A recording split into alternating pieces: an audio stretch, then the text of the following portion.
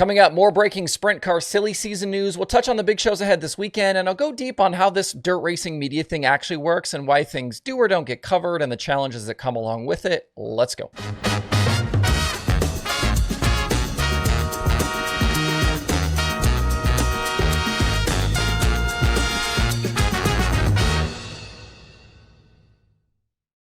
It's Thursday, August 15th. I'm Justin Fiedler. This is DIRTRACKR Daily presented by Kubota Genuine Parts. Over at DIRTRACKR.com, the analytics section has gone well beyond 2,000 races this season. It's actually at 2,060 right now. We track 12 different dirt racing series and special events, and there's a ton of information that you can check out there for free that includes full race results, driver pages, and a bunch of stats. But if you want access to every tool and number that I use for researching the daily shows, grab a subscription to DIRTRACKR Plus. It is $4.99 a month or $49.99 a year.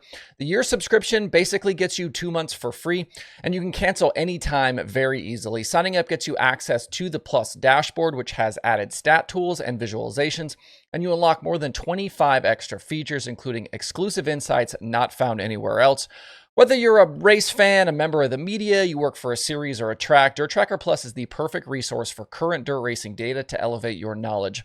Beat your friends in those dirt racing pools or give yourself an edge when you place those bets on things like USAC. And some of your favorite drivers and media members already signed up for DIRTRACKR Plus. See everything Plus has to offer and sign up for a subscription over at DIRTRACKR.com/GetPlus. All right, off the top today, we've got some breaking sprint car news and yet another DIRTRACKR exclusive. We know that earlier this week, Chase Randall parted ways with TKS Motorsports and the 2KS sprint car. We're still waiting on word for where he'll be next, but TKS has a driver for this weekend.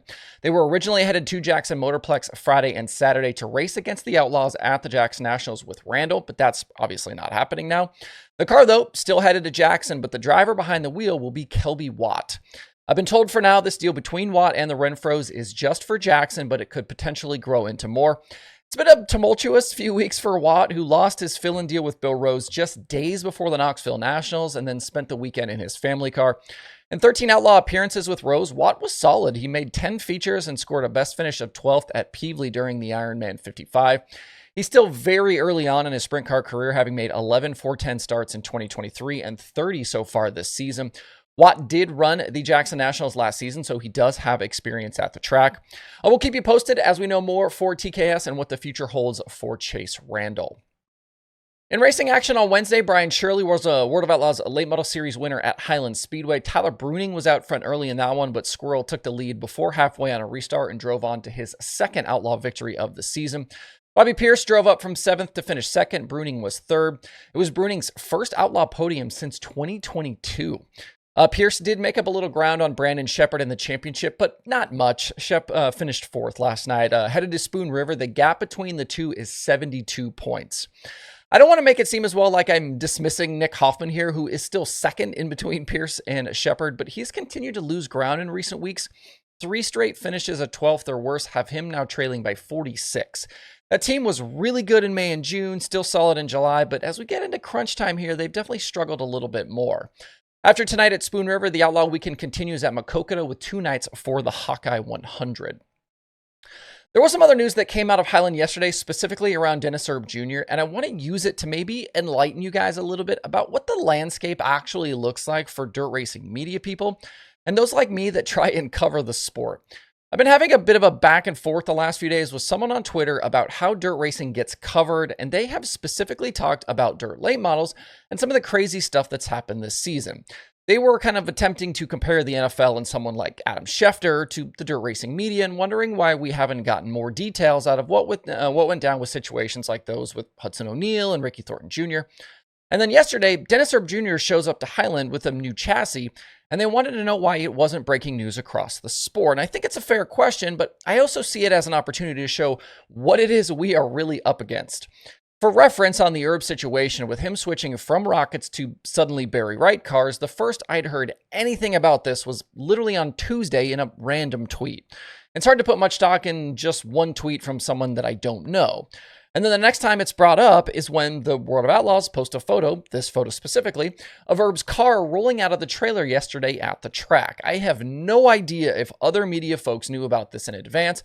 And as I write today's show, there is nothing about it at Dirt on Dirt or Speed Sport or even the Outlaw website. So folks did know, they didn't find it big enough, a big enough piece of news to really worry about it.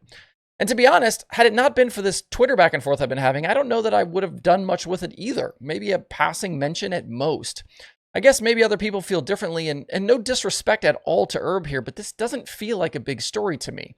Erb is a past Outlaw champion, but he's 9th in Outlaw points right now. He's got just 2 top 5 finishes all season. He's led laps in just a single race this year and hasn't won with the series since last June. Guys play chassis games all the time, and unless it's a top 5 or a top 10 guy, it's likely not going to get much attention. And again, you may disagree, but after 1,143 daily shows since 2020, I have a pretty good idea of what's going to move the needle. So why didn't I specifically know about this in advance? It's actually pretty simple, really. Nobody told me. I'm not intimately familiar with the operation of Dennis Erb's team, and unless I get clued in, I'm not going to know about things like this. People like Adam Schefter, if we're going to use him as the comparison here, they break news because it's fed to them. The guy's just on his phone all day getting sent information from NFL team personnel, agents, PR folks, whoever. And Schefter's only covering 32 NFL teams in really one sport. This idea that media folks are just all-knowing is just flat incorrect. Stories only get out that people want to get out. And let's go even further here with Erb in this chassis situation to help illustrate some of the problems we deal with. Erb has PR representation through Ryan Delph and Delph Communications. If a story was going to break about Erb, you'd assume it would come from him, which is often the case with dirt racing news. But even Erb's PR guy didn't have this ready to go. The Outlaws tweeted a photo of Erb's new Barry Wright car yesterday at 4 p.m. Eastern time, and it wasn't until 3 hours later that Delph posted a small story to Facebook and Erb's website about it. And he didn't even share an original photo with his release. It was the photo from Twitter that the Outlaws shared. And then that post from Delph wasn't shared to Erb's own Facebook page until 1:30 this morning when somebody in Erb's orbit, I don't know who runs that Facebook page, decided to share the story. So if Erb's own PR guy didn't have a photo, I'm not sure why the expectation is that those of us who talk about dirt racing all the time would have any idea. And there's yet another side of this that often complicates things, and that's the relationships. The Dirt on Dirt guys, Jeremy Elliott, Kyle McFadden, insert your favorite media personality here, they all know about some of these big stories in advance, and sometimes weeks in advance. But they can't break them until it's okayed by whoever their sources are. It's called an embargo. They can't go scorched earth and do what they want because then those relationships end. And in the very small community that is dirt racing, if nobody trusts you, nobody talks to you, then your media career is over. If they burn a source and go with the story or piss someone off, then that bridge gets burned. I know right now of a rider who was banned recently from a racetrack for a short period of time because of a question they asked. Not a story they wrote, not a leak, not a social media post, but just a question.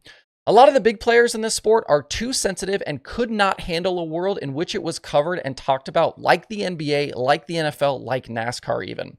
I've taken heat myself for things I've said on the show that were rumors and speculation at the time and actually ended up being true. But that didn't stop a nasty message from coming my way. And to be clear here, I've not said all of this today looking for any sort of sympathy. I'm not whining, I'm just using this as examples. And the other media folks would say the same. They don't need the sympathy either. But I do think it's important to understand a bit how this works and why things are the way they are. There's very little money to be made doing it because the sport is so niche and demand isn't big for the content. That's why there are so few involved. It took me 14 months of daily shows before I brought in a single penny of revenue. The reporters and the media people involved do it because they love it and they think it's important. Many can't even afford to do it full time, but they hustle to do the best they can anyway. So hopefully in the future, when stories break a certain way or things get covered in a way that might seem odd or not completely forthcoming, you have a better idea of what's happening and what's at stake. Thanks for coming to my TED Talk today. All right, a couple of other things before we shut it down for the week. The two National Sprint Car Series are on opposite ends of the country this weekend. The World of Outlaws are at Jackson Motorplex, like I mentioned earlier. They're there Friday and Saturday for the Jackson Nationals. $25,000 to win on Saturday night. We start this kind of end run here to World Finals. This always happens. You kind of get to the Knoxville Nationals, and then it kind of seems like it's downhill then to World Finals. The series stays in the Midwest for the next few weeks before they head to California in early September. David Gravel still very much in control of the championship over Donnie Schatz and Carson Macedo. Macedo has won this event 2 years straight, and that JJR 41 has been trending back towards that win column recently. Fresh off the Knoxville Nationals, I don't know that I'd expect a huge car count at Jackson. Maybe high 20s, low 30s would be my guess. We had, I think, 27 last year, 38 the year before. Out in California, the Kubota High Limit Sprint Cars begin their run up the West Coast starting tonight at the Tulare Thunderbowl. Tulare, Hanford, Placerville through Saturday night, then Chico for the Gold Cup the following week, Douglas County, Grace Harbor, then to Skagit for the Skagit Nationals. Brad Sweet has a nearly triple-digit lead on Tyler Courtney for the championship right now, but Sweet and the 49 team may be a bit vulnerable at the moment. They're clearly not where they want to be in terms of speed, and Sweet still hasn't won a sprint car race since May. Racing out west, it's going to be tough though. 40 cars pre-entered for tonight, and those California guys are capable of winning these races. Should be a fun weekend ahead. You will see two 57s tonight as well. Kyle Larson will be racing alongside Jock Goodyear. Besides the World of Outlaws, your weekend late model options, very good as well. They include the Lucas Oil Late Model Dirt Series at Batesville for the Topless 100. Dale McDowell won this race a year ago. Jonathan Davenport took it in 2022. Hudson O'Neal then before that. That final Lucas Chase spot still very much in play right now between Tim McCready and Hudson O'Neal. You'll have Ricky Thornton Jr. looking for a signature win with Kohler. And Devin Moran has been scorching hot lately. 12 straight top 5 finishes. And underlying all of this is plenty of turmoil and rumors about next season. You've also got Hunt the Front at Sonoya for $15,000 to win, some nice money for the Ultimate Heart of America series, got Ironman in action, and plenty of other local and regional shows. And then one other schedule note for you, the USAC National Sprint Cars are rained out tonight at Red Hill. They'll be back next week at Kokomo. Weekend Silver Crown action still on. That includes Friday at Gateway and Saturday at Springfield. That's it for the Daily Show this week. Thanks as always to everybody who tunes in regularly. It is very much appreciated. Hope you guys have a great Thursday and a great weekend out there. We'll see you right back here on Sunday.